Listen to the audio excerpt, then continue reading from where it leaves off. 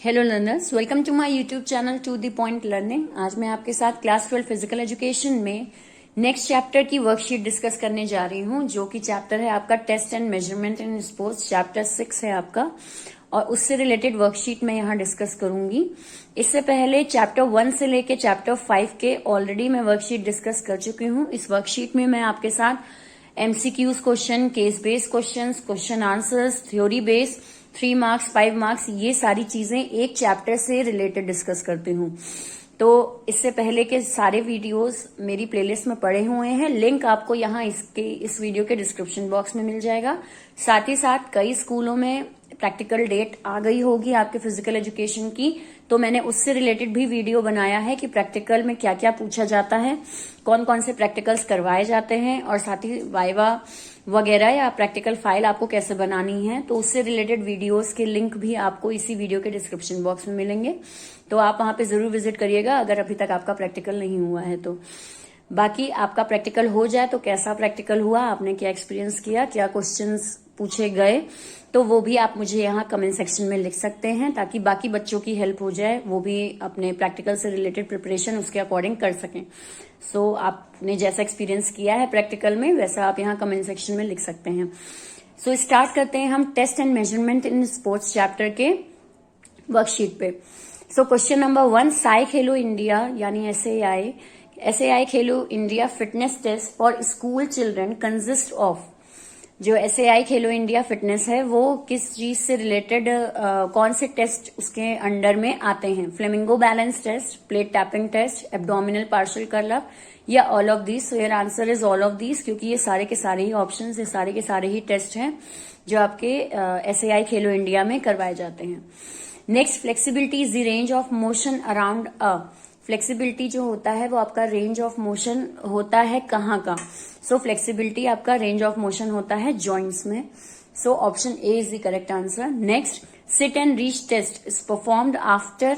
Seat and reach test क्या चीज के बाद परफॉर्म किया जाता है? तो वार्मिंग अप के बाद परफॉर्म किया जाता है। आपका कोई भी टेस्ट हो तो जनरली उसमें वार्मिंग अप होता है। वार्मिंग अप का मतलब होता है सिंपल एक्सरसाइजेस या थोड़ा स्ट्रेचिंग वगैरह या जॉगिंग वगैरह इन्वॉल्व होती है, ताकि आपकी मसल्स वगैरह जो है वो स्ट्रेच हो पाए और आप किसी भी तरह की इंजरी से बच सकें ड्यूरिंग स्पोर्ट्स और during any training. Next, flexibility is determined by elasticity of muscles, tendons and dash. Flexibility का मतलब होता है कि आपके मसल्स, टेंडेंस और ligaments, option C is correct answer, ligaments में इलास्टिसिटी होना, तो ये आपकी फ्लेक्सिबिलिटी को दिखाता है। So option C is correct answer. Next, 5th one, arm curl test measures upper body strength, lower body strength, limb strength या head strength. So your correct answer is upper body strength. Upper body strength को show करता है arm curl test आपका। Arm curl test आपका होता है जिसमें जो आप हाथ वगैरह को प्रॉपर तरीके से स्ट्रेच करते हो, तो वो आर्म कर्ल टेस्ट आपका कहलाता है। नेक्स्ट आते हैं, match the postural deformity in column 1 with their cause in column 2। आपको मैच द फॉलोइंग करने हैं। यहाँ पे आपको टेस्ट के नाम दिए हैं, यहाँ वो किस चीज पर वर्क करते हैं, यानी क्या चीज को इम्प्रूव करते हैं वो। सो इसमें आपका जो करेक्ट आंसर है वो है B option, B is the correct answer. Arm curl test, arm curl test आपका सही आंसर है 4th one, upper body strength. Then second आपका back scratch test upper body flexibility को इम्प्रूव करता है। देन आपका नेक्स्ट है 8 foot up and go test, वो एजिलिटी को दिखाता है। Then 6 minute walk test aerobic endurance को इम्प्रूव करता है। So your correct answer is B option. Next question 7 आते हैं, एसर्शन रीजन दे रखा है आपको। बेसल मेटाबॉलिक रेट यानी BMR is the amount of energy a human body uses when it is completely at rest। जब बॉडी कंप्लीटली रेस्ट पर है तब वो कितनी एनर्जी कंज्यूम कर रही है, वो चीज शो करती है आपकी बेसल मेटाबॉलिक रेट। हम उस अमाउंट को कहते हैं, उस अमाउंट ऑफ एनर्जी कंजम्पशन को कहते हैं जो आपकी बॉडी कंज्यूम कर रही है ड्यूरिंग कंप्लीट रेस्ट। ये आपको एसर्शन दे रखा है। देन आपको रीजन दे रखा है इसमें, people regularly use more energy than their basal metabolic rate. लोग जो एक पर्सन होता है वो अपने BMR से ज्यादा एनर्जी रोज के कामों में या रोज कंज्यूम करता है। या खर्च करता है। तो आंसर आपका सही है, ए इज द करेक्ट आंसर। इसमें ए इसलिए सही रहेगा आपका क्योंकि बीएमआर का मतलब ही यही होता है कि आपकी बॉडी अगर रेस्ट में है तो वो कितनी एनर्जी उस टाइम कंज्यूम कर रही है। जैसे अगर हम सोते भी हैं तो भी हमारी बॉडी कुछ ना कुछ एनर्जी कंज्यूम करती है। तो ये चीज क्या है, जब हमारी बॉडी रेस्ट पोजीशन में होती है तो जो एनर्जी कंज्यूम करते हैं उसे हम बीएमआर कहते हैं। तो असर्शन बिल्कुल सही है आपका। और बताया भी आपको नीचे यही गया है कि बीएमआर जो होता है वो हमेशा कम होता है, या अगर हम कहें कि रेगुलर एनर्जी हमेशा आपकी ज्यादा होती है बीएमआर से। सो option A is correct answer. Next आते हैं बी पार्ट पे। Answer the following question in 40 to 60 word. 40 to 60 words में आपको आंसर करना है। 2 मार्क्स क्वेश्चन है ये। What are the components of Rikli and Jones test. Rikli and Jones test के कॉम्पोनेंट्स क्या हैं? तो कॉम्पोनेंट्स जो हैं आपके यानी रिकली एंड जोन टेस्ट में कितने टेस्ट दिए हैं ये आपको यहाँ मेंशन करना है। कॉम्पोनेंट्स आपसे पूछे गए हैं तो आप इस तरीके से जितने टेस्ट होते हैं वो टेस्ट आप यहाँ मेंशन करेंगे। 6 टेस्ट होते हैं आपके रिकली एंड जोन्स में, तो वो 6 टेस्ट के नाम और साथ ही साथ ये भी कि वो क्या इंप्रूव करते हैं, जैसे body strength endurance, test for lower body flexibility, upper body flexibility. तो ये सारी चीजें आपके अलग अलग टेस्ट इंट्रोड्यूस करते हैं। So this will be your answer. ध्यान रखिएगा 2 मार्क्स है तो उस हिसाब से आपको आंसर करना पड़ेगा। 2 मार्क्स में आप 6 के 6 टेस्ट के नाम लिखते हैं तो भी अच्छा है। अगर आप सपोज 4 टेस्ट के नाम लिख रहे हैं तो भी अच्छा है, दिक्कत नहीं है। बट आई सजेस्ट यू, जब इस तरीके का क्वेश्चन आ रहा है कि किसी टेस्ट के बारे में पूछा जा रहा है और कंपोनेंट्स ही बताने हैं, तो आप सारे टेस्ट के नाम लिख दीजिए। देन नेक्स्ट आते हैं क्वेश्चन 9 पे। Define basal metabolic rate, classify the method of BMR calculation. Basal metabolic rate क्या होता है और उसके मेथड क्या है, बीएमआर हम कैसे कैलकुलेट करते हैं। सो यहाँ पे आपको बीएमआर की डेफिनेशन देनी है जिस तरीके से यहाँ दे रखी है। Basal metabolic rate is the amount of energy the human body uses when it is completely at rest. अभी जो हमने एमसीक्यू सॉल्व किया था वो उसकी डेफिनेशन ही दे रखी थी असर्शन रीजन में। वो डेफिनेशन आपने लिखी, छोटी लिखेंगे क्योंकि 2 ही मार्क्स में लिखना है। देन आप फॉर्मूला लिखेंगे। तो मिफिन और एसटी जो और सेंजोर की तरफ से जो इक्वेशन आपको दे रखी है बीएमआर की, तो मैंने ऑलरेडी जब बीएमआर टॉपिक पढ़ाया था तो मैंने आपसे एक फॉर्मूले पे वर्क किया था और कहा था कि फॉर्मूला याद कर लीजिएगा। तो मेन और वुमेन दोनों का अलग अलग फॉर्मूला है तो वो आपको याद करना पड़ेगा। सो ये इस तरीके से फॉर्मूला पुट कर देंगे आप। ये आपका 2 मार्क्स में आंसर तैयार है पूरा। देन आते हैं नेक्स्ट पे, सी पार्ट देखते हैं। Answer the following question in 80 to 100 words. अब आपको 80 to 100 वर्ड्स का आंसर देना है। Each question carries 3 marks.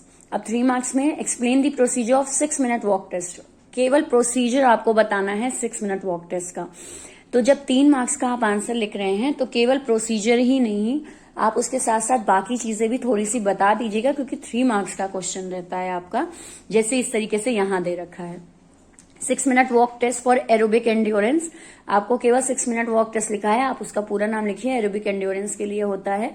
Purpose इसका क्या होता है, इक्विपमेंट क्या होता है, प्रोसीजर क्या होता है। मैंने जब आप लोगों को टेस्ट वगैरह समझाए हैं इस चैप्टर के वीडियो से, तो ऑलरेडी मैंने आपसे कहा था कि जब भी आपको टेस्ट कहीं समझाने के लिए आ रहा है तो आपको कुछ चीजें बेसिक है जो, और स्कोरिंग भी कुछ चीजें बेसिक है जो आपको यहाँ लिखनी है कि कारण क्या है टेस्ट का, क्यों टेस्ट किया जाता है, इक्विपमेंट कौन से चाहिए हैं, उसका प्रोसीजर क्या है और लास्ट उसकी स्कोरिंग कैसे होती है। तो ये 3 मार्क्स में भी आप लिखें तो बेनिफिशियल है। इन्होंने केवल प्रोसीजर पूछा है लेकिन आप पूरा एक कंप्लीट आंसर दें ताकि कहीं कोई आपके मार्क्स लेस करने के चांसेस बचे ही ना। सो इस तरीके से बस एक्सप्लेनेशन शॉर्ट कर दें आप। यही चीज अगर लॉन्ग में दे रखी होती तो आप एक्सप्लेनेशंस बड़े कर देते, और यहाँ शॉर्ट में दे रखा है तो आप थोड़ा कम लिखिए, बट पूरा लिखिए कंप्लीट आंसर। नेक्स्ट आते हैं क्वेश्चन 11। आपको दे रखा है what are the components of Rikli and Jones test, explain the procedure and purpose of any one of its test. आपको प्रोसीजर वगैरह बताना है कि किस तरीके से आपका जो एक 8 कंपोनेंट्स है रिकली एंड जोन टेस्ट का, उसके पर्पस और प्रोसीजर किसी एक टेस्ट का बताना है। तो इसमें आप किस तरीके से देंगे, रिकली एंड जोन्स टेस्ट के जो पूरे प्रोसीजर होते हैं वो आप यहाँ समझाएंगे। इफ हम एक्सप्लेन इट कंपोनेंट्स ही पूछे हैं, ठीक है। कंपोनेंट्स इससे पहले भी आपसे पूछे गए थे, तो इस तरीके से आप कंपोनेंट्स लिखेंगे। देन उसके बाद इनमें से कोई भी एक टेस्ट जो आपको बहुत अच्छे से आता हो वो आप यहाँ समझा दीजिए, क्योंकि टेस्ट का नाम आपसे स्पेसिफाई किया नहीं गया है कि यही टेस्ट समझाना है। तो जो आपको अच्छे से आता है वो आप टेस्ट एक्सप्लेन करेंगे, पर्पस, इक्विपमेंट रिक्वायर्ड वगैरह। देन अगेन वही कि प्रोसीजर क्या है उसका, वो प्रोसीजर आप मेंशन करेंगे। एंड देन जो आपकी स्कोरिंग है वो, अब चाहे तो आप स्कोरिंग आप इसी में जोड़ सकते हैं, और चाहे तो स्कोरिंग अलग से हेडिंग डाल के तब एक्सप्लेन कर दीजिए। सो ये हो गया आपका 3 मार्क्स में। नेक्स्ट क्वेश्चन देखते हैं 3 मार्क्स में जो आपका है, explain the 8 foot up and go test for measuring agility and dynamic balance. एक डायनामिक बैलेंस बनाने के लिए या एजिलिटी इंप्रूव करने के लिए 8 foot up and go test होता है, उसे एक्सप्लेन कर दीजिए। अब उसका एक्सप्लेनेशन आया तो अगेन आपको टेस्ट को उसी तरीके से एक्सप्लेन करना है। 8 foot up and go test, purpose क्या है, इक्विपमेंट क्या है, प्रोसीजर क्या है, स्कोरिंग क्या है, वो सारी चीजें यहाँ 3 मार्क्स में आप एक्सप्लेन करेंगे। एक चीज और मैं बता दूं कि ये जो आपके वीडियोस में डिस्कस कर रही हूँ, जिसमें मैं वर्कशीट डिस्कस कर रही हूँ, इसमें मैं केवल आपको किस तरीके के क्वेश्चन चैप्टर से बन सकते हैं और आपको उनका आंसर, उनकी लेंथ क्या होनी चाहिए, उसका आइडिया मैं आपको इन वीडियोस में दे रही हूँ। मैं आपको यहाँ एक एक आंसर समझाऊंगी नहीं, बिकॉज वो ऑलरेडी टॉपिक में आपको पढ़ा चुकी हूँ। अगर आपको किसी भी टॉपिक में डाउट है या ये सारे टेस्ट आपको नहीं पता है, तो आप मेरी क्लास 12 फिजिकल एजुकेशन की प्लेलिस्ट में जाकर वो टॉपिक्स देख लें, समझ लें और तब वर्कशीट सॉल्व करें, तो वो आपके समझ में ज्यादा अच्छे से आएगा।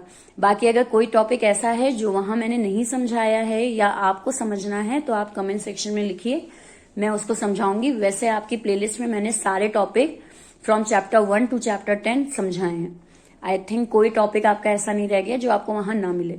तो आप वो प्लेलिस्ट जरूर देखिएगा, आपको एक्सप्लेनेशन अच्छे खासे वहां पे सही से मिल जाएंगे और तब आप वर्कशीट सॉल्व करिएगा।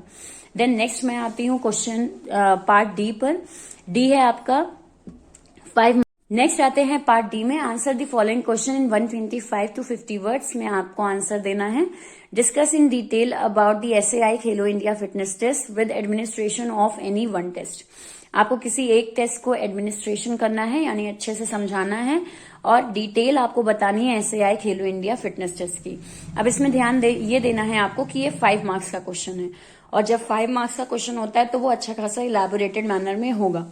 तो SAI Khelo India fitness test को आपको एक्सप्लेन करना है, तो आप इसमें ऑलरेडी 2 कैटेगरी होती हैं आपकी एज की, एक एज ग्रुप 5 to 8 ईयर, इस तरीके से एक्सप्लेन किया आपने, उनके नाम लिखे हैं। फिर 9 to 18 ईयर के अलग अलग टेस्ट होते हैं, उनके नाम लिखे हैं। इस तरीके से लिखेगा क्योंकि आपसे पूछा भी गया है कि इस टेस्ट में कौन कौन से मतलब SAI Khelo India fitness test में कौन कौन से टेस्ट इन्वॉल्व है, इसलिए यहाँ पे काफी डिफाइंड वे में आप एक्सप्लेन करेंगे। नेक्स्ट आते हैं, कोई भी एक टेस्ट समझा दीजिए। तो यहाँ पे फ्लेमिंगो बैलेंस टेस्ट, वही चीज आपको जो टेस्ट अच्छे से आता है आप उसको यहाँ समझाएंगे। तो purpose, equipment, procedure and scoring, ये बेसिक चीज है, ये आपको समझानी है। तो अब ये जाके आपका पूरा 5 मार्क्स का क्वेश्चन बनेगा। देन नेक्स्ट क्वेश्चन पे आते हैं, read the passage and answer the following question. Passage read करके आपको क्वेश्चंस के आंसर देने हैं। अब अगेन इसमें पैसेज आपको ध्यान से पढ़ना होगा। ये केस बेस्ड स्टडी क्वेश्चंस होते हैं, जिसके बेस पे आपसे 4 MCQ पूछे जाते हैं। ये भी टॉपिक जो होता है 5 MCQ पूछे जाते हैं। ये भी टॉपिक आपका काफी स्कोरिंग होता है, क्योंकि आपको केवल टिक ही लगाना है, कुछ एज सच आपको लिखना नहीं है इस केस बेस्ड क्वेश्चंस पे। तो mister Lakshman, age 65 year, worked as a civil engineer in a construction company. एक कंस्ट्रक्शन कंपनी में 65 ईयर्स के मिस्टर लक्ष्मण काम करते हैं। He had to walk and climb a lot as part of his job. उन्हें अपने काम में बहुत ज्यादा चलना पड़ता है और क्लाइंब करना पड़ता है, यानी लटकते वगैरह भी बहुत ज्यादा हैं वो, जो भी उनकी जॉब है। After retirement he settle with his son, spending time with his grand children. अब रिटायर हो गए वो और वो अपने बेटे के साथ रह रहे हैं और ग्रैंड चिल्ड्रन जो है उनके साथ टाइम स्पेंड कर रहे हैं। Now days he is experiencing difficulty in doing certain course which involve physical movement. लेकिन कुछ दिनों से उन्हें अपने रोज के काम, सर्टेन कोर्स का मतलब होता है डेली जो काम होते हैं, थोड़े बहुत इधर से उधर चलना या चीजें उठाना या ये सारे काम जो हैं, उन्हें वो काम फिजिकल मूवमेंट्स जो हैं उनके, उसे करने में थोड़ी दिक्कत हो रही है। अब हम आते हैं क्वेश्चन पे। अब इस क्वेश्चन को पढ़ते ही आप समझ गए होंगे कि यहाँ किस टेस्ट की बात हो रही है। रिकली एंड जोन्स टेस्ट की हो रही है, यानी सीनियर सिटीजन फिटनेस टेस्ट की बात हो रही है, क्योंकि 65 ईयर्स के ये हैं रिटायर हो गए हैं और अब उन्हें डेली बेस के काम करने में दिक्कत होती है। तो ये तो हमें केस बेस से ही आंसर हो गया कि हमसे क्वेश्चन पूछा जाएगा तो वो रिकली एंड जोन्स टेस्ट का क्वेश्चन पूछा जाएगा। अब नेक्स्ट आते हैं क्वेश्चन पे, which of the following test would you recommend to check mister Lakshman fitness. Mister Lakshman की फिटनेस को चेक करने के लिए आप कौन सा टेस्ट कराएंगे, Harvard step test, Rikli and Jones test, AAHPER test या फिर Rockport test. So correct answer is Rikli and Jones test, जो कि सीनियर सिटीजन के लिए होता है। Then how many series of test are there in the prescribe fitness test for mister Lakshman. आपने जो ऊपर टेस्ट बताया यानी मिस्टर लक्ष्मण के लिए जो टेस्ट है उसमें कितनी सीरीज हैं, कितने पार्ट्स हैं उसके। So correct answer is B option, 6 test हैं वो। देन आते हैं नेक्स्ट पे, chair sit and reach test is done to check. Chair sit and reach test जो है वो किस चीज को मेजर करने के लिए होता है। So correct answer is flexibility को मेजर करेगा उनकी, कि कितना फ्लेक्सिबल है उनका शरीर। Next, pick the odd one out. इनमें से एक ऑड वन आउट टेस्ट बाहर निकालिए। Arm curl test, chair stand test, 6 minute walk test या partial curl up. So correct answer is partial curl up. Partial curl up जो है वो आपका SAI Khelo India fitness test में आता है, वो यहाँ सीनियर सिटीजन में नहीं आता है। यहाँ पे केवल कर्ल अप आता है। जो सीनियर सिटीजन के टेस्ट हैं उनमें आर्म कर्ल टेस्ट के नाम से है वो, और ये जो आपके यंग हैं लोग उनके लिए पार्शियल कर्ल अप है। देन नेक्स्ट आते हैं, the 8 foot up and go test as shown in the picture is perform to SS। ये एक पिक्चर दी है, इसमें कौन सा टेस्ट आपको, जो टेस्ट बताया गया है 8 foot up and go test, वो क्या मेजर करता है। So correct answer will be agility को मेजर करने के लिए होता है कि एक पर्टिकुलर पर्सन जो है सीनियर सिटीजन, उसके अंदर कितनी ज्यादा फुर्ती है, उसको मेजर करने के लिए 8 foot up and go test होता है। So correct answer is agility. So इस तरीके से हमने पूरा एक चैप्टर से रिलेटेड क्वेश्चंस डिस्कस किए, एक वर्कशीट सॉल्व की। अगर आपको कहीं कोई कंफ्यूजन है या कोई डाउट है तो कमेंट सेक्शन में जरूर लिखिए। वीडियो पसंद आया हो तो लाइक का बटन जरूर क्लिक करें, बाकी चैनल को सब्सक्राइब कर लें, क्योंकि यहाँ पे मैं आपको सारे चैप्टर के वर्कशीट डिस्कस कर रही हूँ और इसके बाद मैं एक सीरीज स्टार्ट करूंगी जिसमें हर चैप्टर से रिलेटेड मैं 20 MCQs डिस्कस करूंगी। और वो MCQ मैं कोशिश करूंगी कि ऐसे रहें जो काफी टफ हैं, या मैं कहूँ कि जो एग्जाम में जिनके आने के चांसेस बहुत हैं या क्वेश्चंस बहुत ज्यादा घुमा फिरा के पूछे हैं, तो वो MCQ सीरीज मैं डिस्कस करूंगी। तो आप उसको देखने के लिए चैनल को सब्सक्राइब जरूर कर लें अगर अभी तक नहीं किया है, और बेल आइकन पे क्लिक करें ताकि जैसे ही मैं वीडियो डालूं वो आपके मोबाइल पे फ्लैश हो उसका notification. So thank you and have a nice day and all the best for your board exam and practicals.